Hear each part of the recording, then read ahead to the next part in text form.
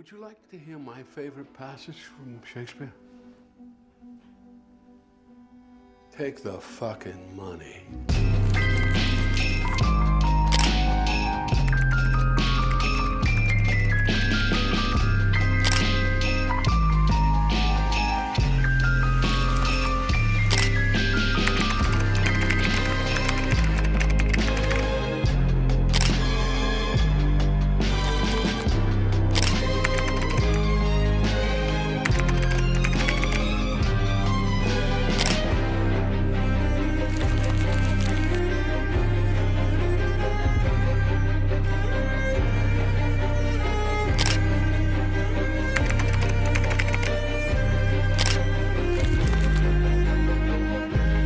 I would just like to thank the Pierces for their hospitality.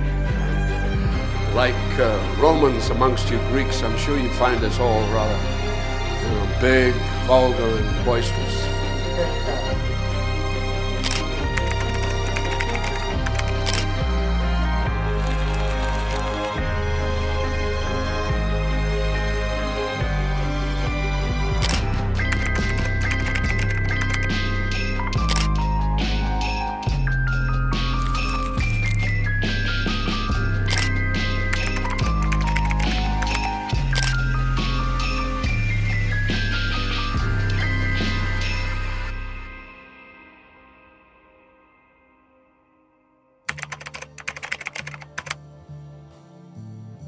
What you saw are just some of the key pieces worn by the Roy family in the TV show Succession.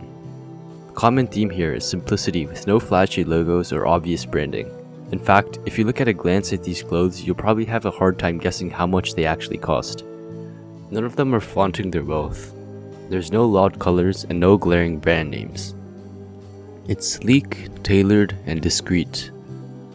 But here's the thing, this simplicity isn't an aesthetic choice. It's a strategy. This is quiet luxury or stealth wealth. Of course, many of you are already familiar with this term, quiet luxury, especially with the rise of lifestyle trends on TikTok and Instagram. In fact, it's become so popular that even fast fashion brands like H&M have products that mimic these stealth wealth looks. It's not just about looking wealthy, it's about embodying a culture, level of sophistication, and exclusivity. And then, of course, there's the rest of social media trying to hop on this trend. Take a look at this TikTok I found while writing this script. Let's just say they're not exactly fooling anyone.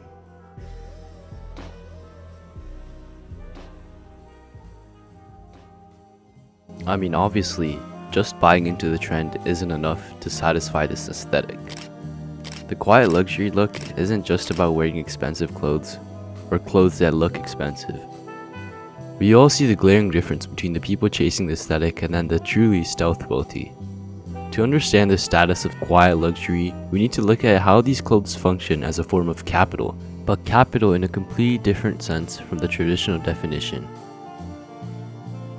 As Karl Marx argues in Capital, economic capital is more than just money.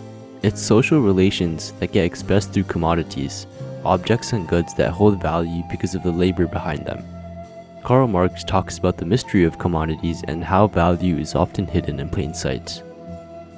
But wait, let's rewind. Okay, so the $725 Loro Piana hat. Now, there's no way that the labor behind this hat accounts for its price.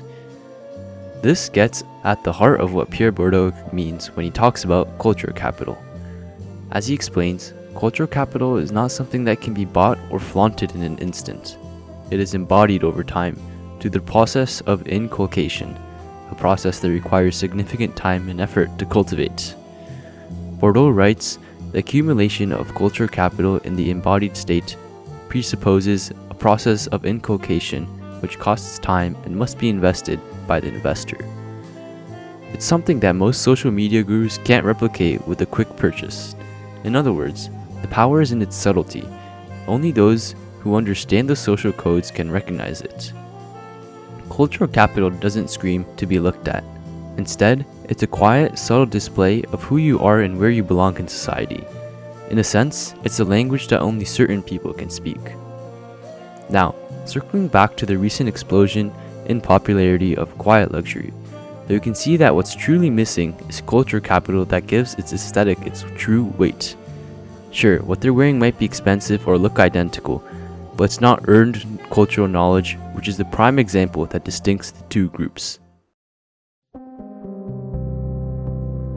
With so many fashion microtrends nowadays, pushed by influencers who are most of the time getting paid, it's easy to get lost in imitation. Influencers promote the latest looks, and suddenly everyone's wearing the same thing, and I'm not just talking about the quiet luxury trend. Copying this style blindly without thinking about what it actually means or whether it's truly authentic to them. People are wearing clothes because they're told that they should and because it's a popular trend, not because it genuinely reflects who they are. So next time you're drawn to the latest trend, take a moment to ask yourself, is this really about expressing who I am, or am I just following what everyone else is doing? Authenticity in fashion isn't about mimicking. It's about understanding the deeper meaning behind what we wear and how it reflects our own identity.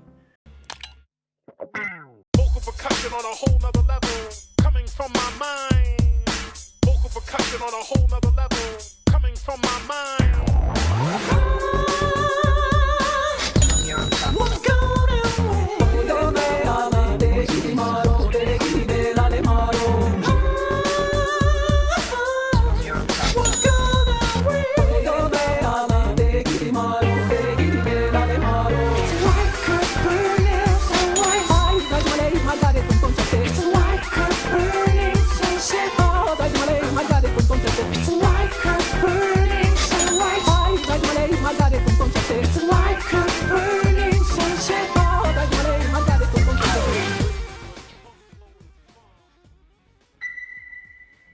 The three different forms of capital, as Berto explained, are listed as such: economic, cultural, and social.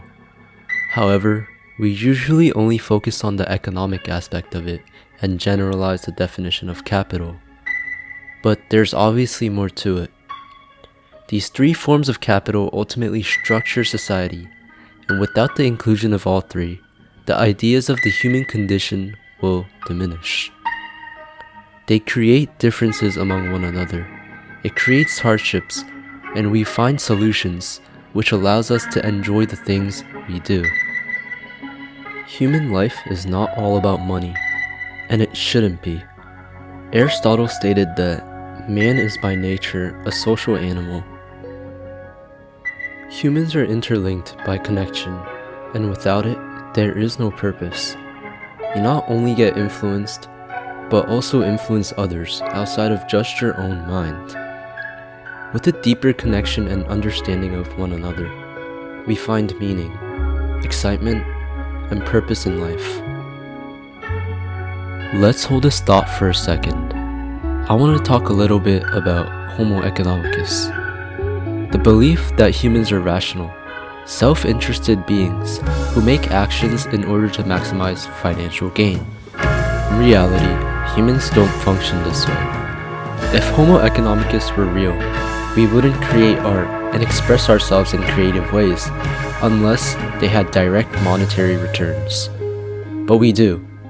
Many of us want to pursue things that don't necessarily generate significant wealth, yet it gives us fulfillment in other aspects of our lives. This is why we need to redefine capital. It's not just about pure financial power. It's about what we as human beings truly value. A perfect example that demonstrates this idea is JoJo's Bizarre Adventure. It's not just the show itself, but also the community that surrounds it. As shown in the visuals previously, JoJo's characters dress themselves in luxurious yet flashy clothing, a contrast to minimal yet expensive fashion of Roy family in Succession. Characters from both shows display wealth in their attire, but JoJo's fashion carries a different cultural value than the cultural value that the Roy family strives for. Like I mentioned before, Homo economicus isn't like how humans truly behave. The Roy family strives for cultural capital through the extensive clothes that they wear, which would be recognized and respected by others just by the title of the branding. But JoJo's characters represent the people who may value high status in other aspects than money, such as status in the music scene. JoJo's has inspired street fashion, high fashion, and many other different types of fashions throughout the world. With the visually striking outfits that Araki draws, his work has made it into magazines like Vogue and even collaborated with Gucci. Beyond the visual culture, JoJo's is an anime filled with cultural references everywhere. Many of the character names, their stand ability, and other labels in the anime are derived from musical and cultural references. Bordeaux explained the 3 forms of capital. That means value isn't only about money. It's also about what you know, how you act, and who you know. In JoJo's Bizarre Adventure, for example, being stylish, having knowledge of music references, or just understanding the world of stands give you real power, cultural capital, even if it's not tied to money. Even the song playing in the background is referenced in JoJo's. Echoes by Pink Floyd is also Yuichi's stand name. You get the point. There are countless references in JoJo's, and that's what makes the anime so respected and talked about within the fanbase of its community. It's why the fanbase is so tightly knit and can share cultural values such as with music. These references create a shared language among fans, and understanding them grants you a social status within the community. So now, let's further redefine capital than what Bordeaux claimed it to be. It's not just economic power or elite cultural knowledge. It's about what's valued in the specific social world you're a part of. Not everyone is chasing wealth or high status in the traditional sense. People seek recognition through fashion, music, creativity, and belonging. In JoJo's Bizarre Adventure, capital shows up as cultural fluency, understanding references, embracing bold aesthetics, and participating in a shared language. That's what earns you respect and connection in that community. As Marx noted, a commodity may seem simple, but it's mysterious because it conceals the social relations behind it. Similarly, capital today isn't just about money. It's about the social meaning behind what we value. While Bordeaux identified economic, social, and cultural capital, we can take it further. Capital is whatever gives you value in the world you choose to exist in, and that definition is as flexible, vibrant, and bizarre as we are.